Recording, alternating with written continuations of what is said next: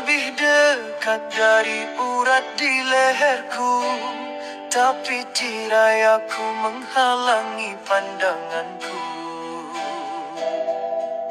Ku kenal diriku hanya segenggam tanah, namun dalam debuku tersimpan rahasia. Tiupan ruh dari yang maha nyata, akulah